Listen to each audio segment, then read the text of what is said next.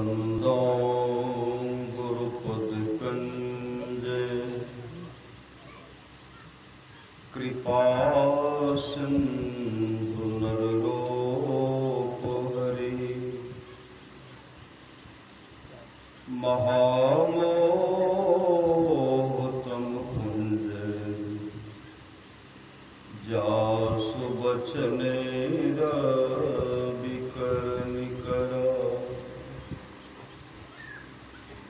धन्य धन्य सतगुरु सुखदा महिमा कही न जाए। जो कुछ कहो तुम्हारी कृपा मोते कछु न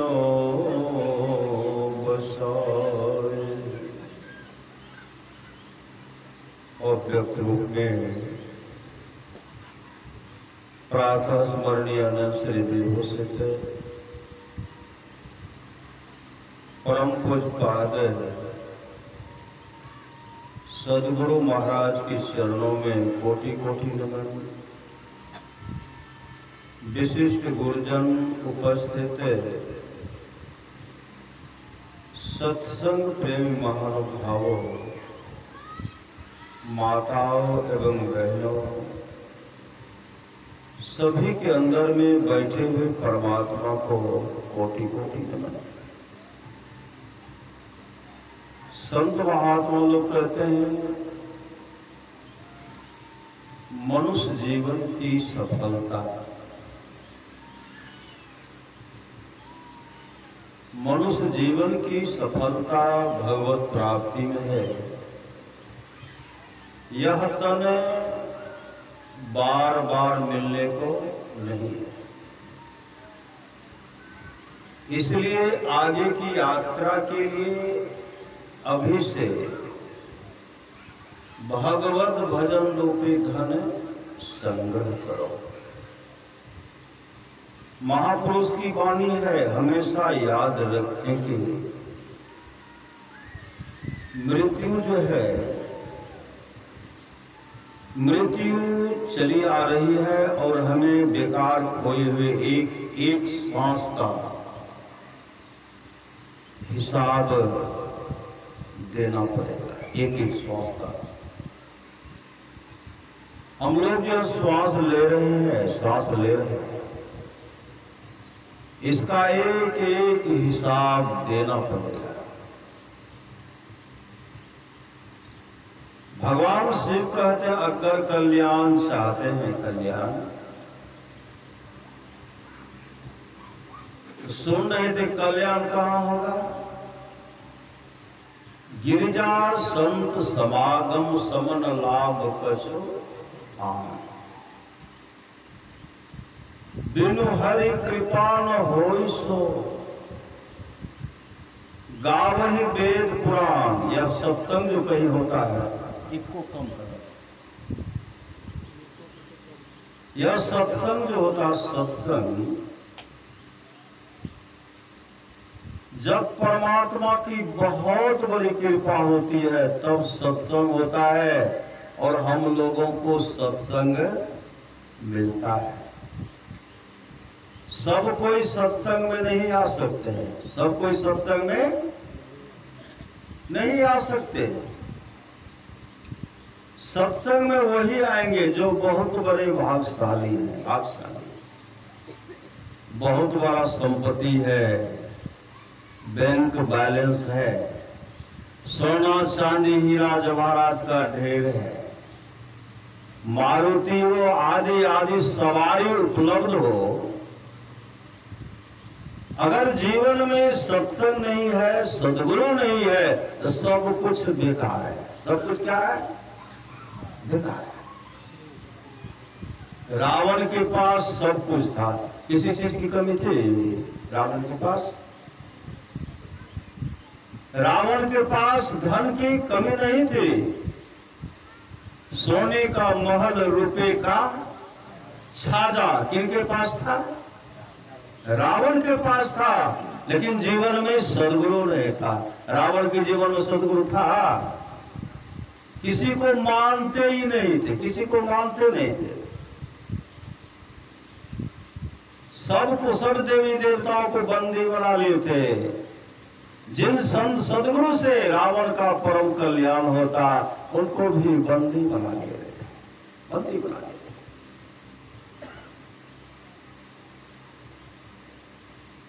रावण के जीवन में न सदगुरु था, न सत्संग था।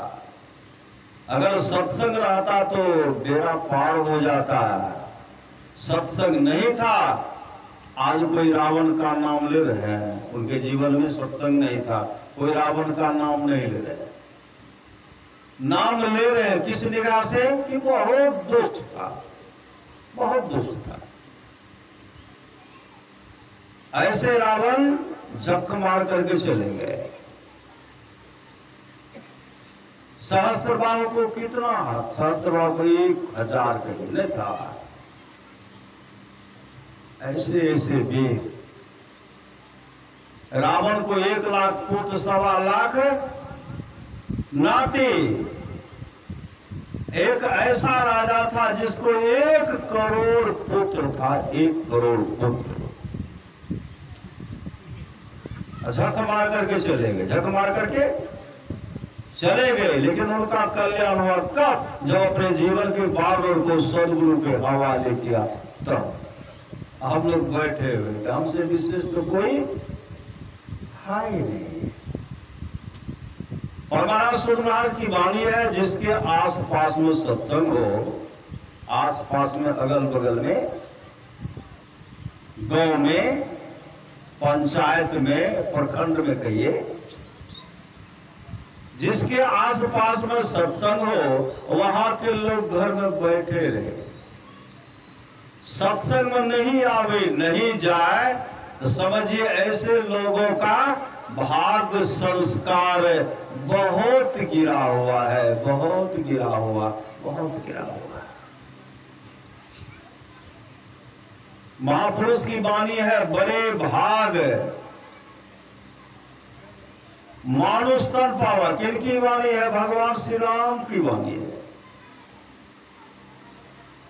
बड़े भाग मानुष तन पावा, असुर दुर्लभ सब ग्रंथ ही गावा।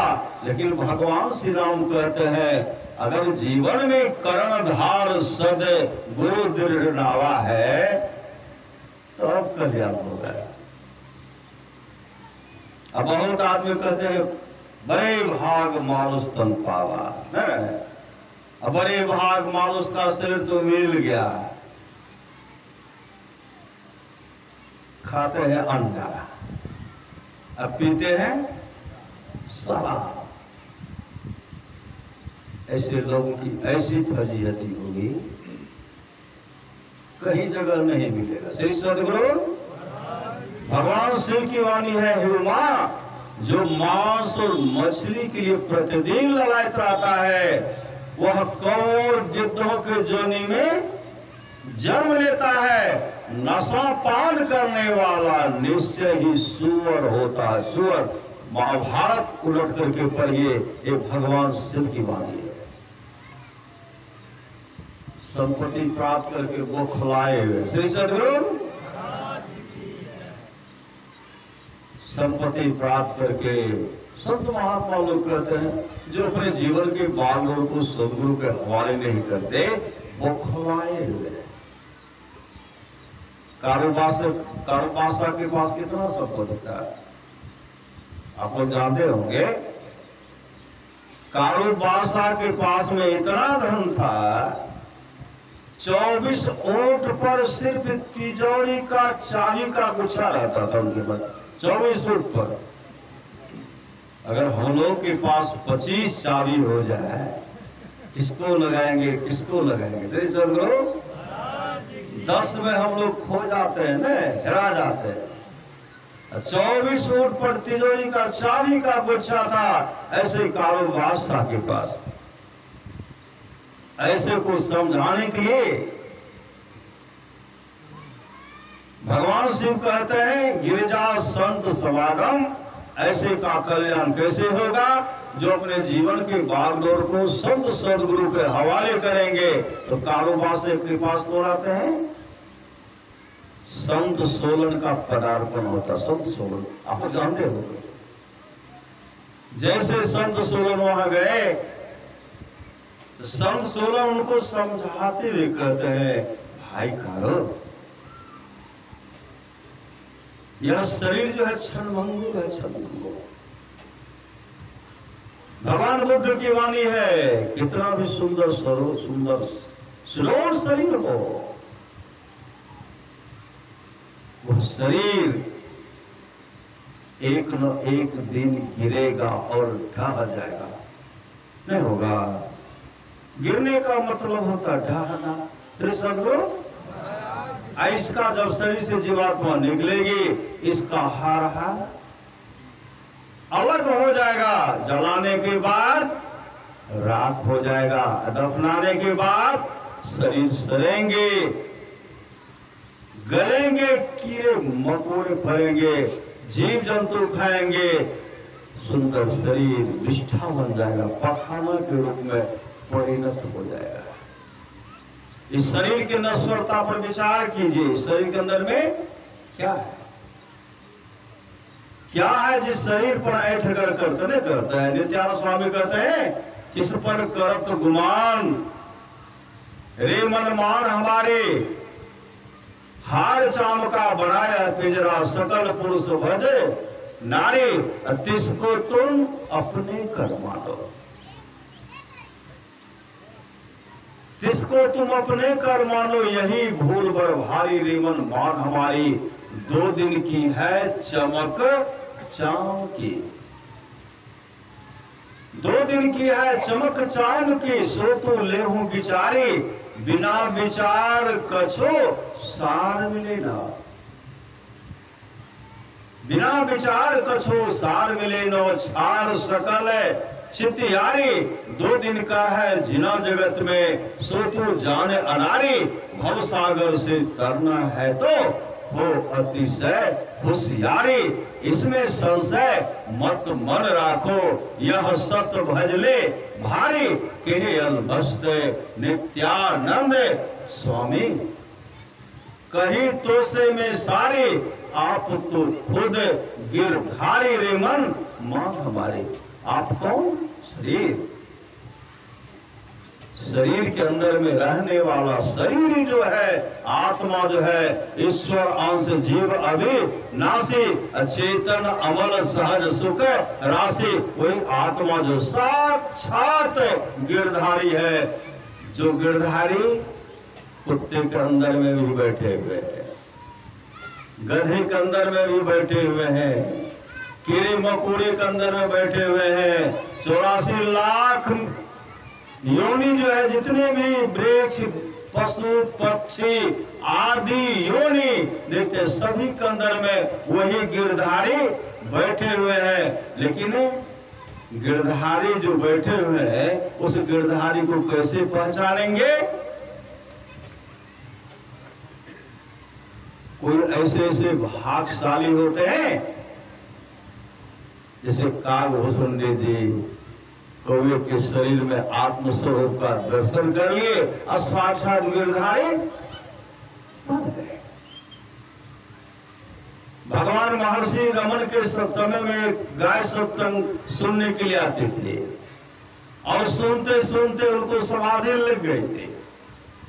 गाय अपने आत्म स्वरूप का दर्शन कर लेते, दिव्य रूप धारण करके वैकुंठ लोक चले गए। लेकिन इधर जो है, सब जो चाहेंगे, गाय भैंस सब चाहेंगे हम मोक्ष प्राप्त करेंगे, तो मोक्ष प्राप्त कर सकते हैं। उसके लिए मानव का शरीर ही आप लोगों को मिला, हम तमाम लोगों को मिला है, और मानव का शरीर मिला है जो अपने जीवन के बागडोर को सदगुरु के हवाले करेंगे, सत्संग नित और ध्यान नित करेंगे। आत्म स्वरूप का दर्शन मतलब अपने आत्मा को जानना, परमात्मा को जानना, परमात्मा को प्राप्त करना। जो अपने आत्म स्वरूप का दर्शन कर लेंगे, वो साक्षात गिरधारी, वो परमात्मा बन जाएंगे। फिर उनको जीवन में कभी दुख का मुख नहीं देखना पड़ेगा, कभी उनकी फिर मृत्यु हो ही नहीं सकती है। जब जन्म नहीं होगा तो मृत्यु कहां से। श्री सदगुरु महाराज की, श्री संतों की संगति कीजिए। संत सोलन कारो बादशाह के पास गए और कहते भैया कारो, बोले लाल प्यार से नहीं देखते हैं ये जो आयोजन रखे किस लिए। कई गांव से वो आप लोगों ने आने आए हैं, कई गांव से आए हैं जिनको सत्संग के प्रति श्रद्धा, गुरु के प्रति श्रद्धा, जिनके अंदर में भक्ति रूपी पूंजी है, दूर दूर से यहाँ आ गए। जिनके अंदर में भक्ति रूपी पूंजी नहीं है, कर्महीन को ना मिले भली वस्तु की भोग, और दाख पके मुख काट को भयो पाक की रोग। रज्जव दाना खुच खुचा हंडी सीधे नाय, सुधरे सब सत्संग में खचरा सुधरे नाय। तो कर्म के खोटे होंगे, भाग के हीन होंगे, जिसके अंदर में भक्ति रूपी पूंजी नहीं होगी, ऐसे लोग सत्संग में नहीं आ सकते, नहीं आ सकते, नहीं आ सकते।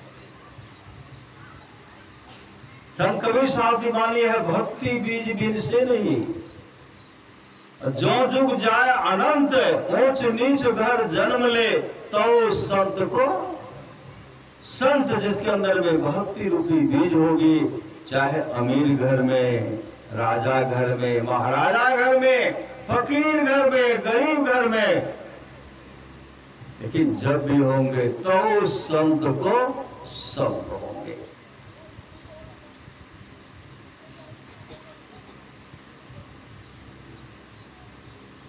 नाम भजासो जीता जग में, नाम भजासो जीता, मतलब जो नाम का सुमिरन कर रहे हैं। संसार का तमाम धन, सोना चांदी हीरा जवाहरात, उस नाम धन के सामने उसका मुकाबला नहीं कर सकते जो नाम का सुमिरन करते हैं। इसलिए संत कबीर ने कहा, नाम सुमर नर बाबरे, तेरी सदा न दहियारे, यह माया को कौन की कितने संग लागे रे। आज तक किसी के साथ लगा है? किसी के साथ कोई लेके चले गए? गए हैं? कोई नहीं गए। लेकिन क्या गए? संत महात्मा लोग कहते हैं, संसार के लोगों, संसार में ऐसा काम करो, मरने के बाद दफनाने या जलाने वक्त दो आंसू बहा दे, फलाना ऐसे थे, फलाना ऐसे थे, फलाना ऐसे थे। मतलब शुभ कर्मी होकर के रहिए, अशुभ कर्मी होकर के मरे। चल दीजिए यहां से। आप लोगों के अंदर भक्ति रूपी पूंजी इस जन्म का नहीं, श्री सदगुरु इस जन्म का नहीं, कई जन्मों का है लसंग है, भक्ति का पूंजी आप लोगों के पास है। कई जन्मों का भक्ति रूपी पूंजी, वो संस्कार पीछे पीछे आता है। हमारा सुनाने का यह भक्ति रूपी पूंजी, भक्ति का लसंग, यह संस्कार जो है, मोक्ष दिलाकर ही छोड़ेगा, मोक्ष दिलाकर ही छोड़ेगा। अभी कलयुग है, 5,500 वर्ष, 10,000 वर्ष तक कलयुग की आयु जब होगी, 10,000 वर्ष पूरा हो जाएगा, तब तक हम लोग धर्म के प्रति श्रद्धा रखेंगे पूरा। इतने दिन में काम नहीं बनेगा, हम लोगों का काम बन जाएगा। और 10,000 वर्ष के बाद मनुष्य होगा, मनुष्य में ज्ञान नहीं होगा, पशु के समान होगा, जानवरों में कोई अंतर नहीं होगा। तो हम लोग मोक्ष को प्राप्त करेंगे, और जो धन को बटोर करके रखेंगे, न सत्संग करेंगे, न भिखारी को भोजन देंगे, और शराब पी करके मस्त रहेंगे, सब झक मारते रहेंगे। श्री सदगुरु झक मारते रहेंगे, परमाराष्ट्र महाराज ने कहा सबको एक साथ कैसे मरोगे, कोई आगे मरोगे कोई पीछे मरोगे, मेरे संग रहने वाले की अधोगति नहीं होती। मैं मोक्ष नहीं चाहता, मैं बार बार आऊंगा, तब तक आऊंगा जब तक अपने सारे शिष्यों को मोक्ष नहीं दिला दो। तो अंदेशा किस बात की? इसलिए हम लोगों को चिंता नहीं करनी है। हाँ, चिंता करनी है, सत्संग जिस दिन छूट रहा है, स्तुति छूट गया उसका चिंता, नाम का सुमरन नहीं कर उसका चिंता कीजिए, क्योंकि यही नाम का लसन जो नाम जो सुमरन कर रहे हैं, इसके संत कबीर ने कहा नाम लगन छूटे नहीं, सोई साधु सयाना हो। चाहे लाल वस्त्र पहनिए, सफेद वस्त्र पहनिए, कि फुल पैंट शर्ट बोरा चपटी को पहनिए, बिछाइए, ओढ़िए। अगर आप नाम का सुमरन कर रहे हैं तो आप सबसे बड़े धनी है। सबसे बड़े धनी आपसे बढ़कर के कोई धनी नहीं। उस समय पश्चाताप कीजिए जिस समय हम नाम का सुमरन नहीं कर रहे हैं। परमाराष्ट्र महाराज की वाणी है, भज मन सतगुरु दयाल काटे जम जाला। नाम का सुमरन करते रहेंगे, जम का जाल कट जाएगा। सच्ची घटना है। एक सज्जन भजन भेद लिए थे, भजन दिए, वो रोगग्रस्त हो गए। रोगग्रस्त जब हुए उनको ले गए पूर्णिया इलाज कराने के लिए, उसके बाद ले गए पटना। पटना जब ले गए तो अब वह डॉक्टर उनको ले ही नहीं रहे, कोई पैरवी करने वाला नहीं था, कोई पैरवी करने वाला नहीं। उनका पुत्र उनसे कहते हैं, बाबूजी विधायक जी का नंबर है मोबाइल? कहाँ है? निकाल करके दिए। जैसे निकाल करके देते हैं वो लगाते हैं विधायक जी को, विधायक जी और को लगाए फोन। ऐसी बीच में क्या खेल होता है, जब उनको लगाए उनको कहते मेरा एक आदमी जो है अमुक जगह है, उसको जल्दी से भर्ती करवाए। उसी समय क्या होता है, उनके सामने उनके पास 3 जमदूत आ जाते हैं। जमदूत जैसे आए ऐसे रसरी को फेंकते हैं, पासा कहते हैं, जैसे फेंके जीप पर बैठ गया। जैसे जीप पर बैठा, वो बैठा तो वह नाम का सुमरन कर रहे थे, वह नाम का सुमरन कर रहे थे। ये जीप पर जम का पासा बैठता है, सामने में उनको सदगुरु का दर्शन करे, सामने गुरुदेव खड़े हो गए और तीनों जमदूत उनको खींच रहे हैं, लेकिन यह नाम का सुमरन कर रहे हैं, अपने गुरु का दर्शन कर रहे हैं। उसी समय जो गुरु का दर्शन कर रहे थे, उसी समय गुरुदेव आए और जमदूत जो तीनों खींच रहे थे, ऐसा छरी मारते, छरी उन पर छरी बजाए। जमदूत ऐसे हाथ जमा करके भागे, रसरी खोल करके अलग भाग गया, अलग भागा, रसरी अलग गिरा, जमदूत अलग भागा और खून का थक्का गिरने लगा। और गुरुदेव उनको उठाते हैं, गुरुदेव उनको उठाए। उसी समय आए, तुरंत लेकर के गए भर्ती के, खून गिरना बंद हो गया, वो स्वस्थ हो गए, इंजेक्शन भी नहीं लगाना पड़ा। आज भी वो स्वस्थ है। वो अपना जीव बता रहे थे कि जीव पर जो रसरी बैठा हुआ था, चारों तरफ काला पड़ा, अभी भी काला है। अब पीठ पर सदगुरु का शरीर तो लगा जमदूतों को। ये जो बेहोश होकर के गिर गए थे, जो खींच रहे थे, एक टस से मस नहीं कर रहे थे, ऐसे गुरुदेव इनको भी छरी मारते हैं। एक विजय बाबू जैसे छरी मारे, शरीर में लगा शक्ति आ गया, लगा करंट लगा, ऊपर गया, ऊपर धराम नीचे गिरता है और खड़े हो गए और सदगुरु उनको हृदय से लगा लेते हैं। अब सुन रहे थे, गुरु पद प्रीति नीति रते जय द्विज सेवक अधि कारुते।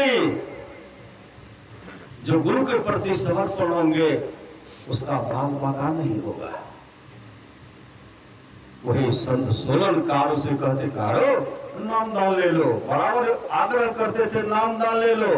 बराबर जो जाते थे, कारो पासा को अच्छा नहीं लग रहा था कि एक लंगोटी धारी, एक बिष्टी पहने हमको कहते नाम दान ले लो, अतः अतः हमको उपदेश कर रहे हैं। उसी समय कारो बादशाह आवेश में आते हैं, सिपाही से कहते पकड़ो इसको, इसको जल्लाद के हवाले करो, इसको फांसी की सजा दे डालो। जैसे सिपाही उनको पकड़ने के लिए गए, संत सोलन युक्ति से निकल गए, उनको पकड़ नहीं पाए। संत सोलन ने कहा, कारो जिस संपत्ति को प्राप्त करके आज तुम पुनः नहीं संवारे हो, एक कतरा भी साथ नहीं जाएगा, अंत भला तब भला। ऐसे लोगों का अंत भी भला नहीं होता है, अंत भला तब भला। यह कह करके संत निकल गए। इनका काम था, धन था, बौखलाए हुआ था, इस पर चढ़ाई करना, उस पर चढ़ाई करना, उसको बंदी बनाना, उसको बंदी बनाना। लेकिन एक राजा ने उनको बंदी बना लिया। बंदी जब बना लिए तो कहते हैं, बताओ कारो अब तेरे साथ कैसा व्यवहार किया जाए। कारो बादशाह कहते हैं, एक बादशाह जो दूसरे के साथ, एक राजा जो दूसरे राजा के साथ करते हैं, वही व्यवहार मेरे साथ भी कीजिए। जिस राजा ने उसे बंदी बनाया था, उसने कहा, आज तक तुमने जितने भी राजा को बंदी बनाया हुआ कहाँ है? तो कारो बादशाह कहते, सबको तो हम फांसी का सजा दे दी। उसी समय राजा ने कहा, तुमने जैसा व्यवहार किया अब तेरे साथ वही व्यवहार होगा, इसलिए सिपाही इसको पकड़ करके जल्लाद के हवाले करो। जैसे जल्लाद के हवाले किया गया, पुत्र को देखते हैं, पत्नी को देखते हैं, तमाम जो 24 फुट पर तिजोरी का चाबी का गुच्छा इतना था, कितना सोना चांदी हीरा जवाहरात होगा। इधर उधर देख रहे, कोई मददगार नहीं, आंसू बहाने लगे। आंसू बहाने के बाद वो आकाश को देख करके चीखने चिल्लाने लगे और कहने लगे, हाय सोलन, हाय हाय सोलन, हाय सोलन, हाय सोलन, हाय सोलन कर रहे हैं। जिस राजा ने बंदी बनाया था वह संत सोलन का शिष्य था। कहते हैं, जल्लाद रुक जाओ।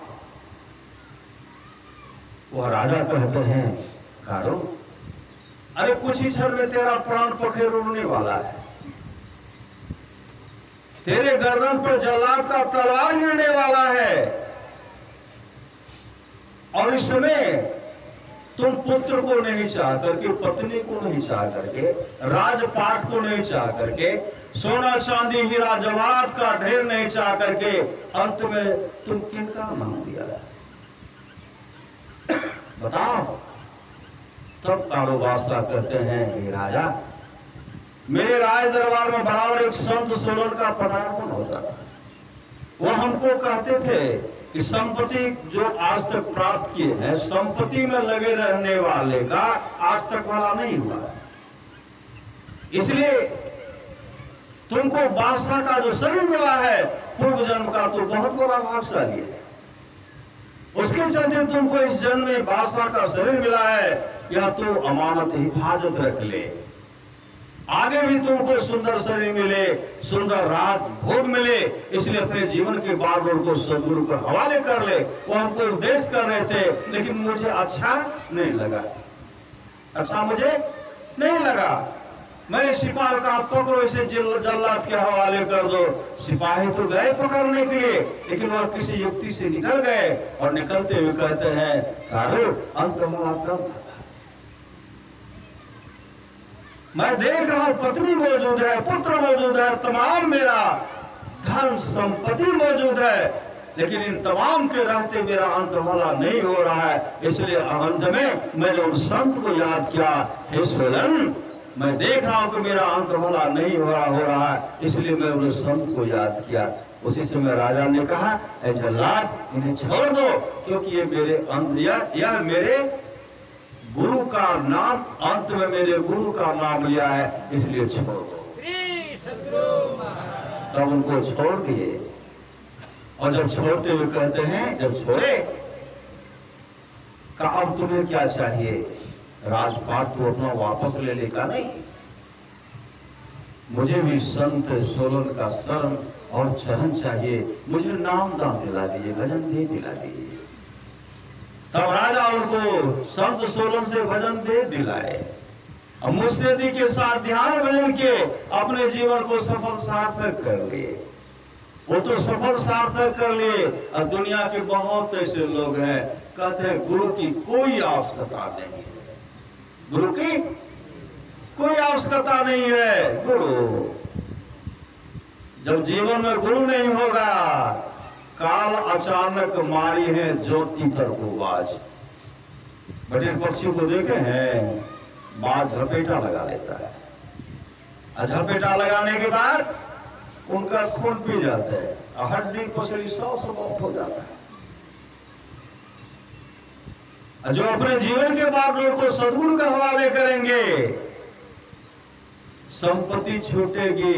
संपत्ति छूटने के बाद आप उस धाम को चले जाएंगे, उस धाम को चले जाएंगे। यहाँ नकली संपत्ति छूटा, असली संपत्ति सचखंड में वो संपत्ति है, वह मोक्ष धाम है, वह परमात्मा का धाम है, जिस संपत्ति को प्राप्त करके फिर संसार में दुख उठाने के लिए नहीं आना पड़ेगा। हम लोग घमंड करते हैं, कहते को हो कहते दिन जीवा हो का करते गुमान। कितने दिन जोगे?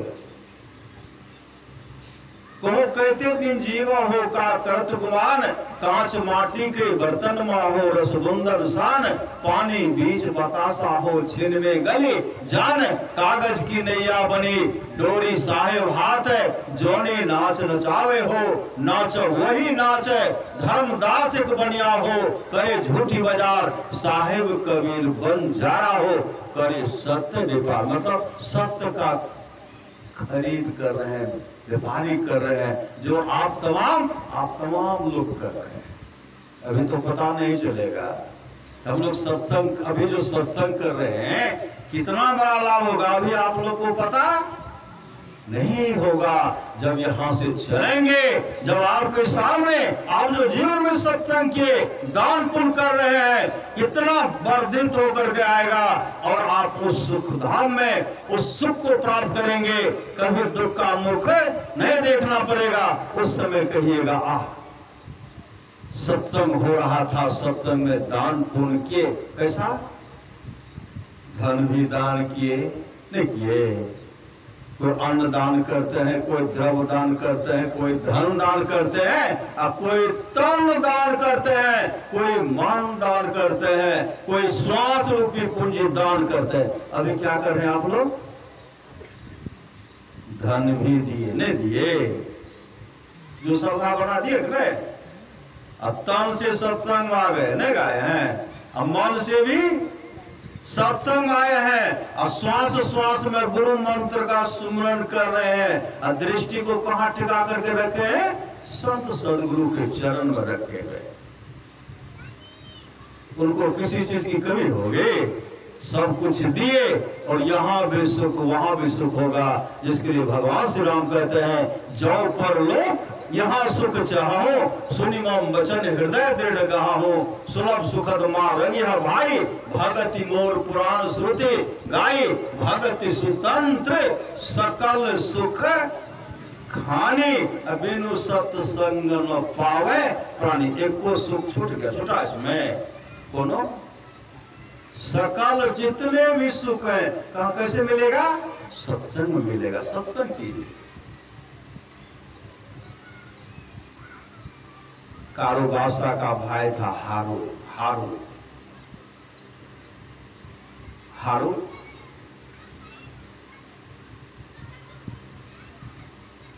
वह भी बादशाह, वह भी बादशाह।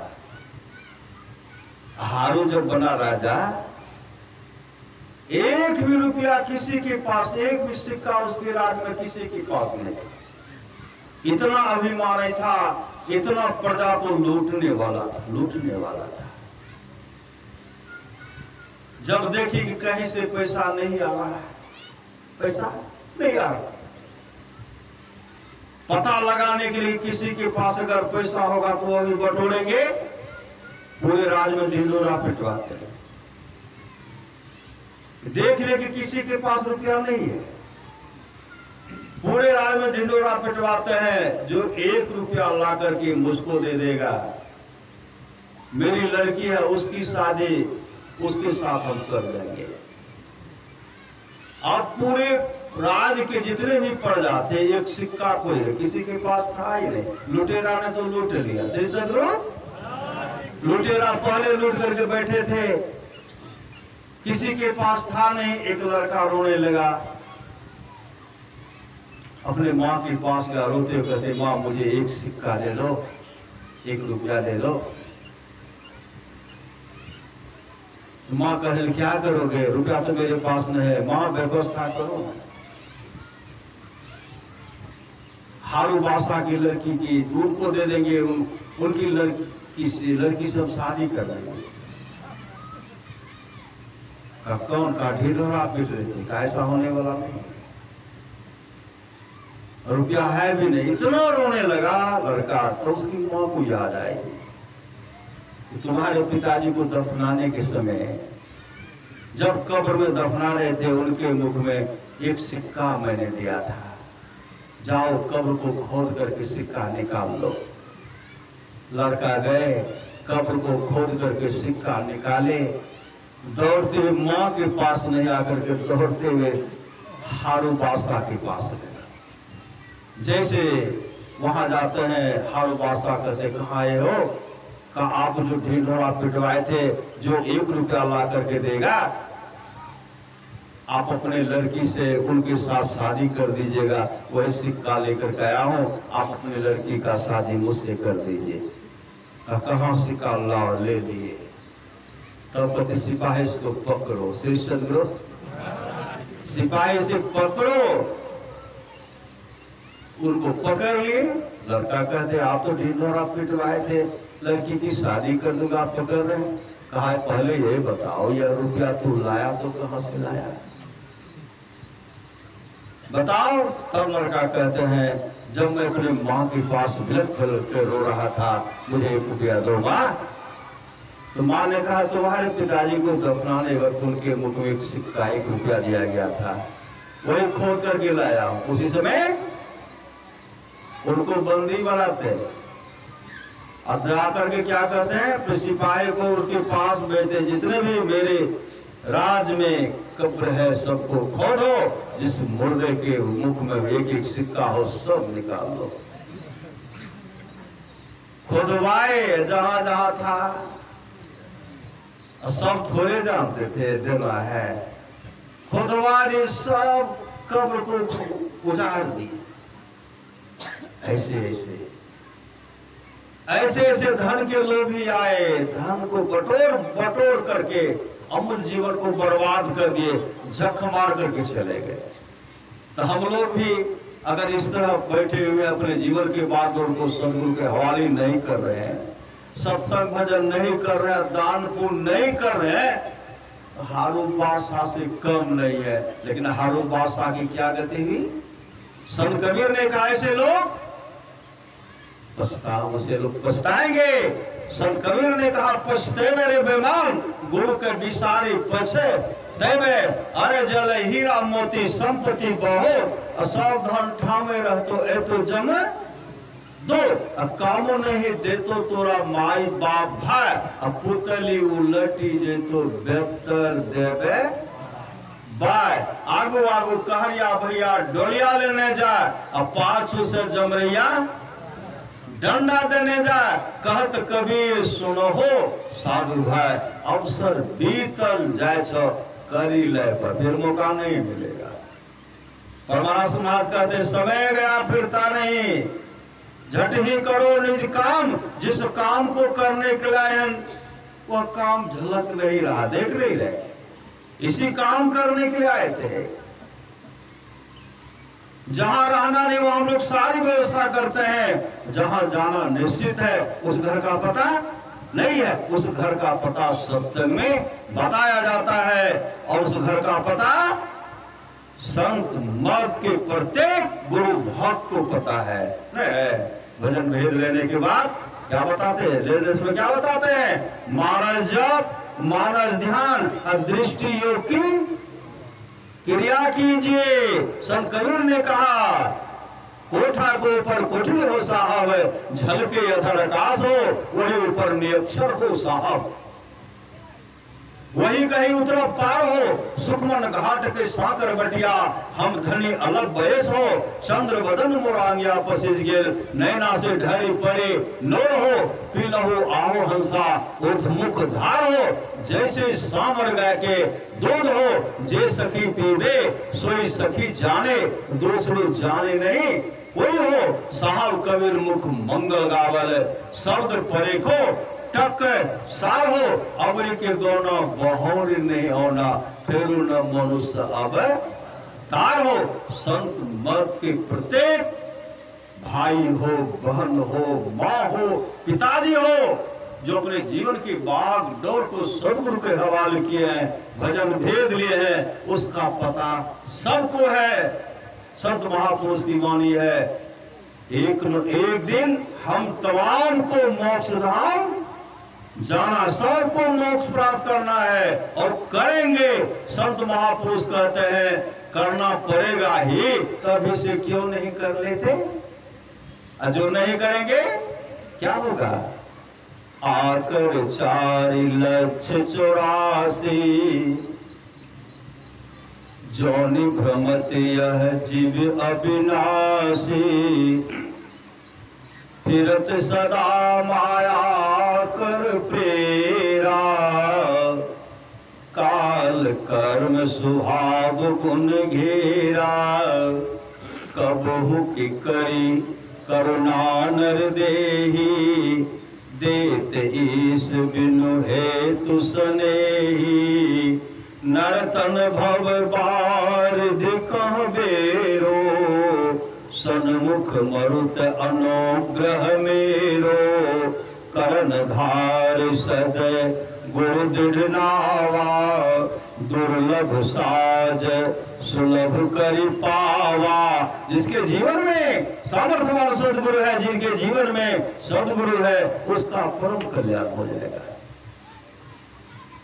संत पलटू साहब कहते भजन आतुरी कीजिए, जितना जल्दी हो भजन कर लीजिए, भजन आतुरी कीजिए, और बात में देर, और बात में देर, जगत में जीवन थोड़ा बहुत थोड़ा, आगाह है जिसको मौत की कोई वसर नहीं, सौदा है 100 बरस की, पल भर की खबर नहीं, जीवन बहुत थोड़ा है, इसमें आपको चयन करना है। श्री सदगुरु चयन कौन के, चयन के गोपी चंद, चयन के युवराज भद्रवाहो, जो जो अपने जीवन के बारबोर को सदगुरु के हवाले के चयन कर लिए। छोरे कौन, रावण, छोरे कौन दुशासन, छोरे कौन दुर्योधन, और छोरे कौन सिकंदर। नहीं छोड़े, उनको मौका मिल गया था, नहीं मिला था। जब दंडायन ऋषि के पास आए थे और दंडायन ऋषि के सामने कहते बाबा हमें शांति नहीं मिलती, कोई उपाय कीजिए जिससे हमें शांति मिले। दंडायन ऋषि ने कहा जिस रास्ते पर चलने से तुमको शांति मिलती वह रास्ता बहुत पीछे छोड़ दिए हो, ऐसे रास्ते पर तुम चले आए हो जहां अशांति अशांति दुख ही दुख होती है, कोई उपाय कीजिए। कहा कहते अब तुम्हारे पास वक्त समय नहीं है, तुम विश्व की लालसा लेकर के चले हुए हो, तो अपनी मां का भी दर्शन नहीं कर सकोगे। क्यों? क्योंकि अंतर्यामी संत सदगुरु जानते थे कि सिकंदर मातृभक्त है, मातृभक्त। एक बार खजांची ने कहा था आपकी माँ बहुत लालची है, आपकी माँ को धन चाहिए, धन। सिकंदर ने डांटते हुए कहा था, बस मेरी माँ के बारे में ऐसा मत कहो। माँ की इच्छा होगी विश्व का तमाम वैभव माँ के चरणों में रख दूंगा, लेकिन मेरे माँ के बारे में ऐसा मत कहो। अंतर्यामी संत सद्गुरु जानते थे ये मातृभक्त है, इसलिए दंडायुषी ने कहा तुम माँ का भी दर्शन नहीं कर सकते और मात्र तुम 120 दिन जियोगे। 120 दिन कम था, सामने में सामर्थ्य वाला सद्गुरु था। अगर वह पूर्व जन्म का संस्कारी होता, उसी समय अपने जीवन के बागडोर को संत के हवाले कर देते और कहते मुझे नामदान दे लीजिए। नामदान लेकर के मुस्तैदी के साथ भजन करते। परमाराष्ट्र महाराज कहते जो ठीक ठीक 2 सेकंड 2 मिनट भी मानस जब ठीक ठीक करेंगे, उनका दृष्टि जो है मतलब अपने दृष्टि को भौहों के बीच में टिका करके रखेंगे। प्रकाश का झलक होगा, प्रकाश का झलक होगा, शब्द को भी सुनेंगे और मोक्ष धाम को चले जाएंगे। लेकिन वो वापस गए कहां? यूनान जाने लगे। सर में दर्द उठा, रोगग्रस्त हो गए और उनके सामने मौत ही मौत दिखलाई पड़ रही है, मौत ही मौत दिखलाई पड़ रही है। और डॉक्टर को प्रलोभन देते, डॉक्टर मुझे किसी तरह बचा लो, ढेर सारा धन दूंगा, सोना चांदी हीरा जवाहरात दे दूंगा, आधा राज तक दे दूंगा, लेकिन मुझे किसी तरह बचा दो। डॉक्टर ने जवाब दिया, हे विजेता, आप दुनिया की तमाम दौलत मेरे हवाले कर दीजिए, लेकिन आपके श्वास में एक भी श्वास जोड़ने को किसी को ताकत नहीं है। उस समय सिकंदर पश्चाताप करते हुए कहते हैं, काश अगर हम जानते दुनिया के तमाम धन दौलत देने के बाद भी मेरा अपना प्यारा सा श्वास कोई वापस नहीं दे सकता, मैं अपने उन श्वास को बर्बाद नहीं कर सकता। संत कबीर ने कहा, कहता हूं कहीं जात हो कहीं बजाए ढोल, सौसा खाली जात है 3 लोग का मोल, ऐसे महंगे मोल का एक श्वास जो जाए 3 लोग न पट तरे काहे ढोल। मिला रंगवा लाख तोर भाई चली ही की देरिया रंगवा लाख तो। सुंदर सा सुंदर शरीर, बेजान लक्ष्य ठे की तरह पृथ्वी पर पड़ा है। आप लोग जानते होंगे बाबा फरीद आ रहे थे, बाबा फरीद, और उनके साथ में एक सेवक उनका शिष्य था। एक ऐसे गांव में पहुंचे, एक बहुत सुंदरी थी, बहुत सुंदरी। वह सुंदरी अपने दासी को कोड़ा से पूरा पिटाई कर रहे थे। दासी कोड़ा से इतना पिटाई कि उनका चाम उभेड़ दी, खून बह रहे, खून, कपड़ा पहने थे फट गया, इतने कोड़ा पिटाई से कोड़ा पिटाई।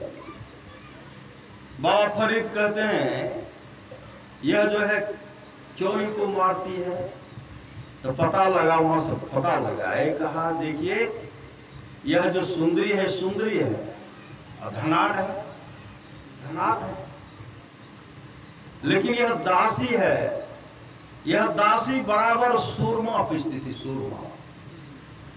यह सुंदरी अपनी आंख में लगाती थी, आज जो है सूरमा जो पीसा गया थोड़ा मोटा हो गया, आंख में लगाने के बाद सुंदरी को जो है सूरमा गर रहा है, इसीलिए पिटाई कर रहे हैं। बाबा फरीद निकल गए, वह पीट ही रहे। कुछ वर्षों के बाद बाबा फरीद जब उधर से आ रहे थे और ऐसे अब कब्रिस्तान बगल में श्मशान घाट था, कब्रिस्तान भी था, वहां जब गए तो देखते हैं एक खोपड़ी है, एक खोपड़ी है, उसमें चिड़िया जो है घोंसला बना करके रह रही, घोंसला, और चिड़िया उसी घोंसला में रह रही है, खोपड़ी में घोंसला बना लिए। बहुत अंडा दे बच्चा हुआ, बहुत उड़ भी गए, और कुछ बच्चा उड़ने वाला, फिर उसमें अंडा भी है, अंडा भी है। उसका बच्चा भी है, कुछ अंडा भी है, और दोनों उसमें घोंसला बना करके रहे। जैसे बाबा फरीद को देखते हैं, बाबा फरीद अपने शिष्य से कहते हैं, इसको देखते हो? कहा गुरुदेव, देख रहा हूं। कहा पहचानते हो यह किसकी खोपड़ी है? कहा नहीं गुरुदेव। बाबा फरीद ने कहा यह खोपड़ी उसी सुंदरी की है, उसी सुंदरी की है जिसकी आंख में मोटा सुरमा लगाने के बाद कष्ट हो रहा था। सुंदर शरीर प्राप्त करके धन के मद में एक दासी के शरीर को छलनी कर दिया, और उसी सुंदरी का जब शरीर छोटा कब्र में दफना दिया गया, लेकिन किसी जानवर ने उसके लाश को निकाल दिया, और इसको फिर कोई दफनाने वाला नहीं हुआ। उनके मांस को नोच नोच करके खाए, और उसी का खोपड़ी है जिसमें कई बार चिड़िया घोंसला बनाए, मतलब बच्चा दिए, उड़ गए, अंडा दिए, उड़ गए, अभी भी बैठी हुए। सुरमा पीसने, मोटा बारीक मोटा पीसने पर सुरमा से कष्ट हो रहा था, अभी चिड़िया का नाखून कर रहा है कि नहीं कर रहा है? चिड़िया जो छटपट कर रही है, कष्ट हो रहा है कि नहीं हो रहा? शिष्यों से कहा इसी तरह हमेशा याद रखो, यह सुंदर शरीर पर कभी भी घमंड मत करो। कभी शरीर से जीवात्मा निकलेगी, और इस शरीर को कोई पूछने वाला बड़ा नहीं होगा। बेजान लट्ठे की तरह पृथ्वी पर पड़ा आ जाए। इसलिए संत परशु साहब ने कहा, भजन आतुर कीजिए, संसार के काम में देर होने दीजिए।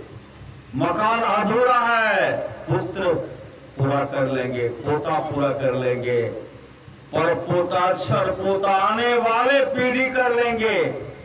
और आपको जब मानव का शरीर मिला है, कर में नर्तन मिला, उसको तो बिसरा गया। शुद्ध का जिक्र क्या मूल अन्विक हो गया। धर्म की डिग्री हुई, काल कुल की आएगी, जिंदगी तेरी अधम लीलाम कर ले जाएगी, घसीट करके लेके चले जाएंगे। जमपुर शहरे राम जमपुर के सिपहिया हो, चुनी चुनी पकड़े हो गंवार, हाथ में हथकरिया लगावे, कमर में रसैया हो, आगू पीछू जंग लेने जाए। केते केल दान पुण्य, केते देहल, केते केल भजनिया हो, केते देहल साधु संग हो लगा। यह साधु का संग है। इसमें तमाम आप लोग जिनको जो बना, समय दान दिए, जो सहयोग किए, उससे उसके अनुसार सत्संग हो रहा है। इसमें सबका पैसा नहीं आएगा श्री सदगुरु, सबका पैसा आएगा भी नहीं, और सबका पैसा लीजिए भी नहीं श्री सदगुरु। एक तो है कि सबका पैसा आएगा ही नहीं, और जिसका पैसा आने वाला नहीं होगा वो पहले से काट छांट करेंगे। ये हम लोग को ताश खेलने का समय था, इस समय शतरंज खेलते, इस समय जुआ खेलते, इस समय शराब पीते। ये बैठ करके ताश खेलने वाला का विरोध करते हैं बाबा लोग, जुआ खेलने वाला का विरोध करते हैं, शराब पीने वाला का विरोध करते हैं। अरे एक बार छल से धर्मराज से जुआ ने खिलवाए थे, क्या उसमें अपने सब भाई को तो हारिए गए, द्रौपदी को भी हार गए श्री सदगुरु। जिसके चलते क्या हो गया, क्या हुआ आप लोग जानते हैं। इसलिए अपने धन के कुछ हिस्सा को कहां लगाइए, धर्म में लगाइए। धन का हिस्सा जो है धर्म में लगाइए, और स्वास्थ्य जो मिला है उसको भी इस धर्म में लगाइए, और तन भी धर्म में लगाइए। आप लोग जानते हो कर्म से सगरो कर्म। अभी सुन रहे थे, सो धन धन्य प्रथम गति जाके, धन्य पुण्य रत मति सोई पाकी। वह धन धन है जिसकी प्रथम गति है, जो दान में लगता है श्री सदगुरु। वह दान में लगता है, वह धन धन है। हम लोग धरती को एक अलग में एक मक्के का बीज देते हैं 6 महीना में कितना होता है? जो जैसा मेहनत करते हैं, कोई 200 दाना, कोई 500 दाना, कोई 1000, अगर 5 भुट्टा होगा कितना दाना होगा? 5 भुट्टा कम में खेत में होता है। सही सदगुरु? लेकिन 2 कहीं कहीं 2 भी कहीं 3 होता है, एक तो होता ही है। सही सदगुरु? लेकिन बीज अच्छा देंगे तब न एक को होगा तो बढ़िया होगा। अब बीज देंगे बढ़िया बीज नहीं देंगे, घुटनी होगा। श्री सदगुरु आप कहेंगे कि सत्संग करा रहे, कुछ दान दीजिए, फटा हुआ 10 टकिया दीजिएगा तो काम चलेगा? नहीं, वहां काम नहीं, वहां भी काम नहीं था, यहाँ दे दीजिए चावल जैसे कोटा मिलल से श्री सदगुरु, तो क्या मिलेगा वहां? कोटे वाला चावल मिलेगा, वहां जो दिए वही मिलेगा, वही फटक 10 टकिया का 100 मिलेगा, लेकिन वह भी सटा हुआ मिलेगा। श्री सदगुरु, इसलिए पवित्र कमाई, पवित्र दान दीजिए, पवित्र दान दीजिए, यही आपके पास सहस्त्र गुना वर्धित होकर के आपके पास आएगा। आप लोग जानते हुए कर्म दाता कर्म क्या करते थे? सोना दान करते थे, सोना। श्री सदगुरु, सोना दान करते थे। जब कर्ण का शरीर छूटा, वहां जब गए धर्मराज के पास गए तो जोरों की भूख लगने लगी। वो जब भूख लगने लगी, महाराज जोरों की भूख लग गई है, तो धर्मराज क्या करते? बहुत बड़ा थाल था, बहुत बड़ा थाल, और एक का 10 गुना होता है, नहीं होता है? एक छोटका थाल दिए, एक थाल दिए, 10 गुना वर्धित होकर के आता है। एक थाली किसी को भादे 10 गुना वर्धित होकर के आता है, तो थालो तो बड़ा होगा न। जब भात 10 गुना होगा, एक रोटी में 10 रोटी होगा, उसके लिए जगह भी तो चाहिए। तो कर्ण के पास एक बहुत बड़ा थाल, उसमें सोना भरा हुआ था, सोना, मुद्राएं, सोना चांदी हीरा जवाहरात पूरा भरा हुआ था। सामने में देते, लगी है भूख, कहते महाराज कहा खाइए। कहा महाराज ये कैसे खाया जाएगा? श्री सदगुरु, ये कैसे सोना खाया जाएगा? आप तो कभी अन्नदान किए रहे थे, चित्रगुप्त डायरी तो उलट दिए। चित्रगुप्त डायरी उलटते तो कहीं अन्नदान का हिस्से लिखा हुआ नहीं है। एक एक जो दान करते हैं, यहाँ का डायरी भूल चुक हो रहा, लेकिन चित्रगुप्त का डायरी चित्रगुप्त कभी भूल करते ही नहीं है, और लिखते जा रहे हैं।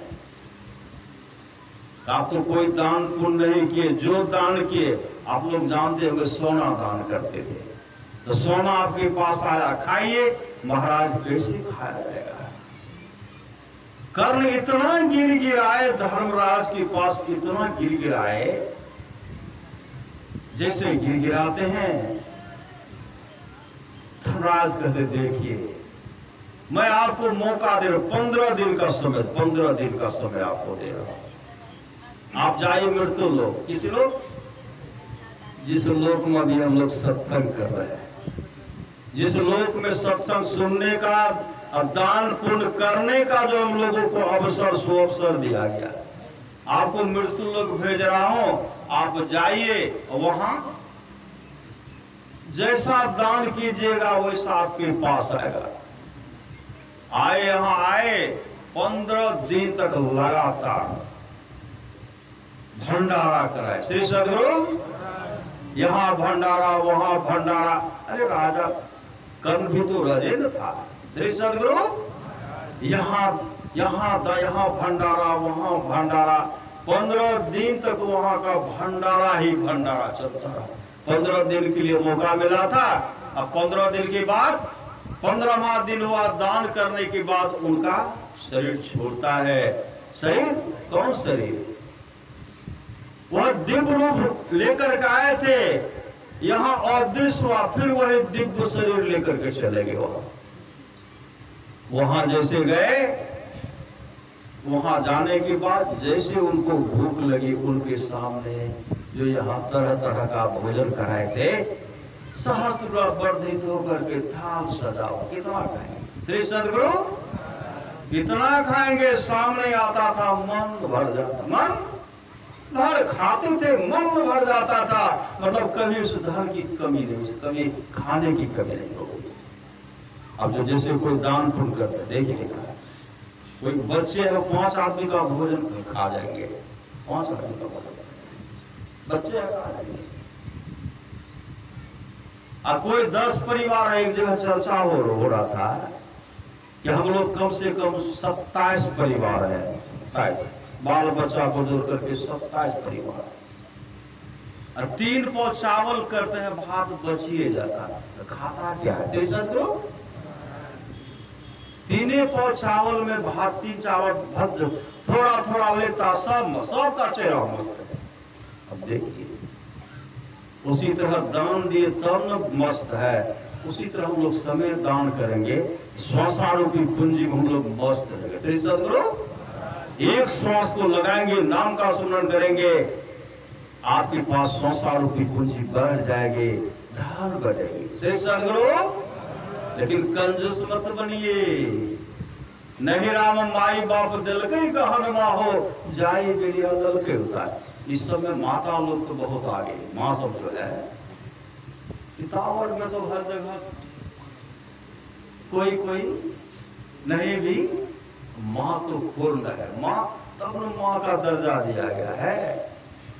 माय से बढ़कर दूजा प्यार नहीं छे, अफा बोलो मानव जगरा माय नहीं छे, वो माँ क्या करती पट ये हो बेटा के हेते कोरे, हो बेटा के वक्ते कोरे, एकरो मतलब सबको पूरे करने में लगती है माँ सब। कुत्ता आया उनको भी, गाय है उनको भी, नहीं कोई भिखारी आए उनको भी पट दे, नहीं देखते थे। इस तरह का श्रद्धा किल में है, तो माँ के अंदर में, हर माँ के अंदर कोई कोई माँ कंजूस होती है श्री सदगुरु। कंजूस नहीं बनिए। आप लोग जानते होंगे एक महात्मा जी, होली का पर्व था, एक महात्मा जी चिलचिलाती धूप में दिन के 12 बजे एक माँ के पास पहुंच गए। सो धन धन प्रथम गति, जाके वह धन धन है जिसकी प्रथम गति है, जो दान लगता है, वह पहुंच गए और कहते माँ मेरे यहाँ दो भिखारी गए, बहुत कष्ट में जीवन व्यतीत कर रहे हैं, शरीर पर शरीर का वस्त्र भीगा हुआ, भूख प्यासे व्याकुल है, आप कुछ है तो दे दीजिए खाने के लिए।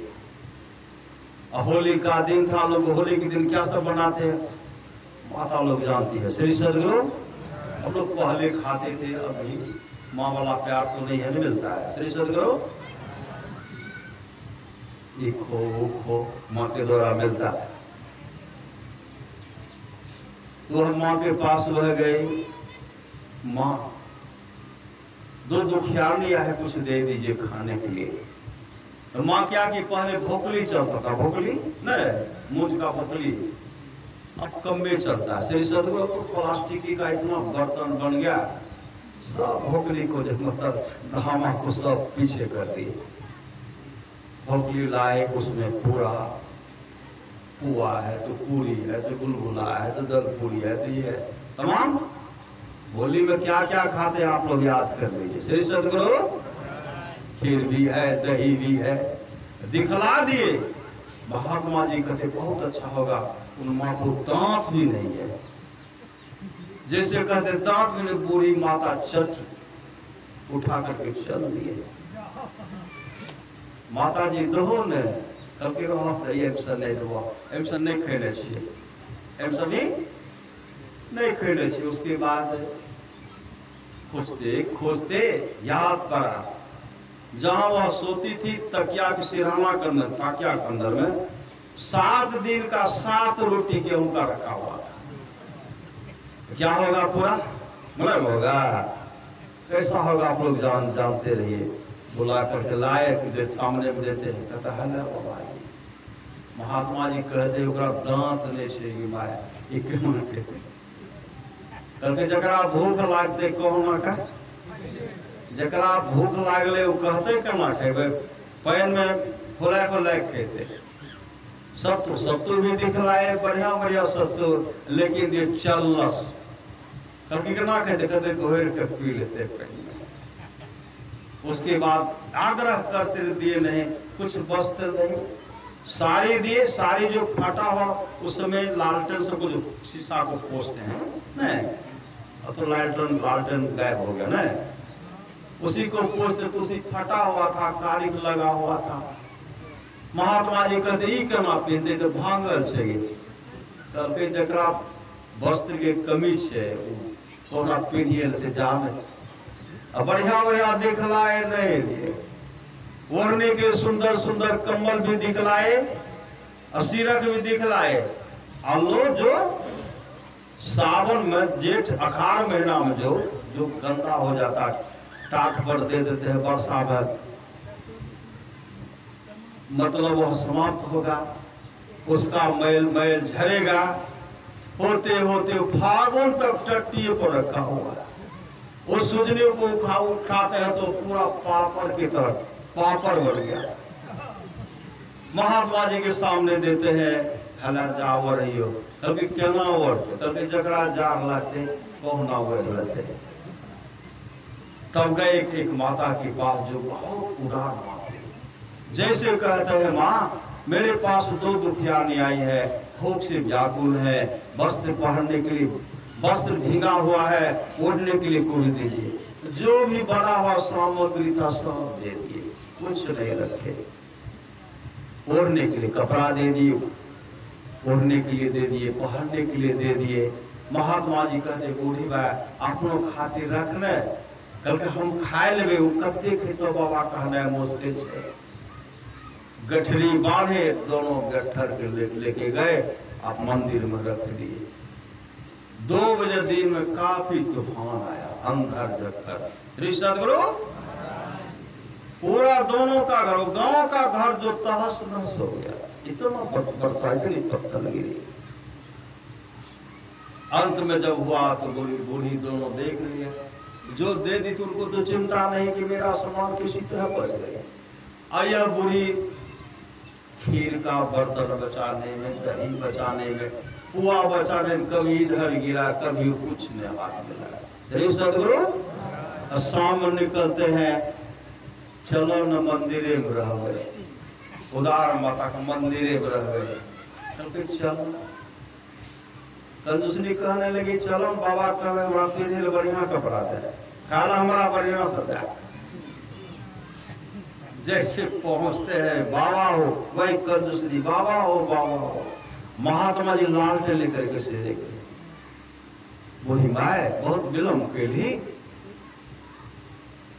अल्लाह ककरी समाप्त लेते देर से की करे।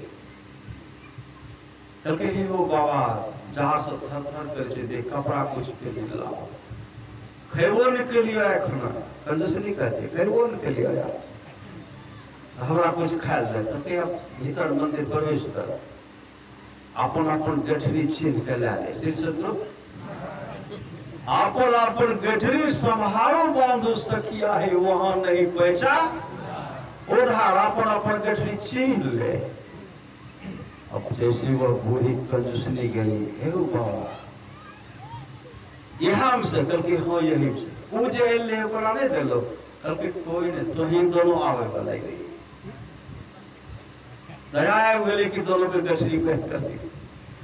अपन अपन ले गठरी खोल ली है कंजूसनी, तो फाटा सुथरा साड़ी क्या ना पहनवे, कल के देने नहीं करना कहने नहीं कि जना जना कल के माथा नहीं भूखा, जना जना कहनी रे ना तहना तहना पीर ले, अब तहना तहना ओढ़ ले, तहना तहना खाए ले। अब इधर टुकुर टुकुर ताक रहे। श्री सदगुरु उदार जो है यह देख रहे हैं, बाबा खेलो ले, कल के हमारा कमी छोड़ दे, कत्ते लोग दाय ले लेकिन कत्ते रख टुकुर टुकुर।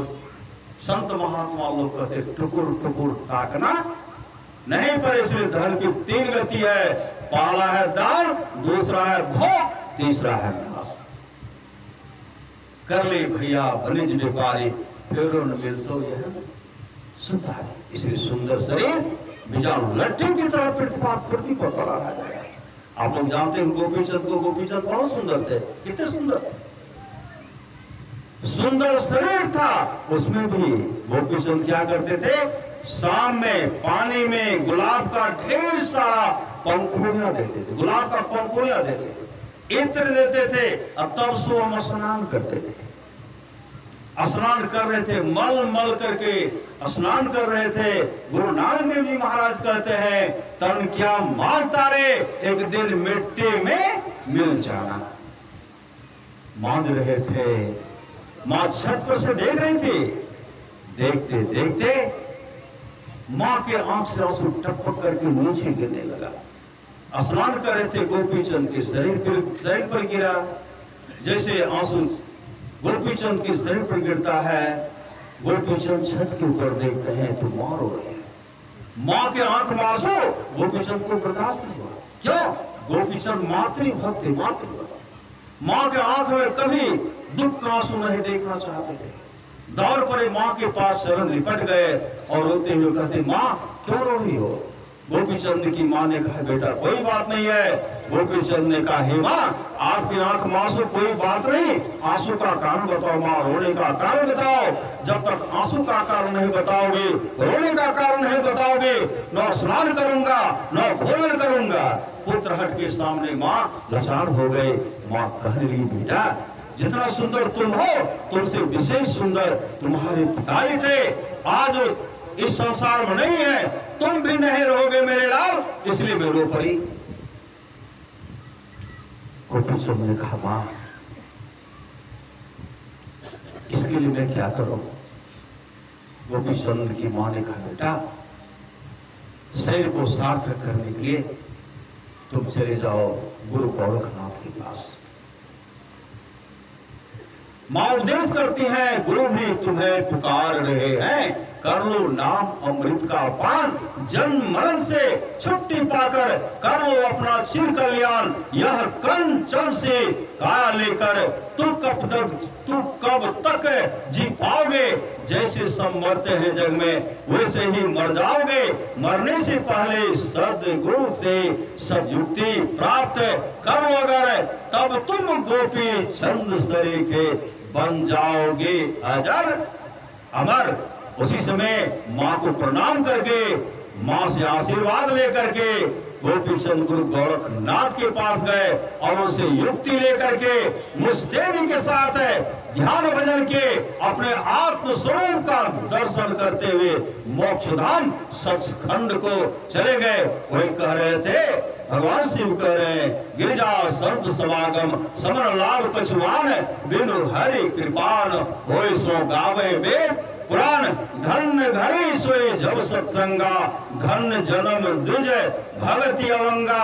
सो कुल धन्य उमा सुनो, जगत पूज्य सुपुनीत, श्री रघुवीर परायण, जेहि नर उपजय विनित, अति हरि कृपा जाहि पर होई। और पांव दे यही मार्ग, सो जिन पर ईश्वर की बहुत बड़ी कृपा होती है, वही इस रास्ते में पैर दे पांव दे करके यहाँ आते हैं। और तमाम लोग जो आए हैं, आप पर ईश्वर की बहुत बड़ी कृपा है और यहाँ आप लोग चल करके आए। इसके लिए कहते हैं परमारस, अभी रामचरितमानस में सुन रहे थे, राम ही सुमिरिये गाये राम ही, अभी हम लोग सुन रहे थे, संतत सुनिए राम गुण ग्राम। मतलब उस मंत्र को सुमरण करते रहिए, हमेशा जपते रहिए। परमारास महाराज कहते हैं, गुरु धन्य है, गुरु धन्य है, गुरु धन्य है दाता दयाल, दया करे और गुण हरे, दे टाल भव जंजाल, सब मिल कहो जपते रहो जी, मरे रहो खुशहाल, हरदम रटो कब हो न हटो, तो ही छेड़ेगा न काल। इसलिए सत्संग कीजिए, नाम का सुमरण कीजिए और सत्संग कराइए और फिर सत्संग गच्छ लीजिए।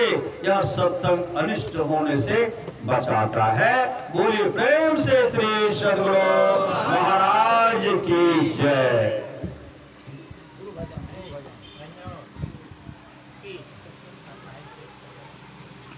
ताकि श्री सदगुरु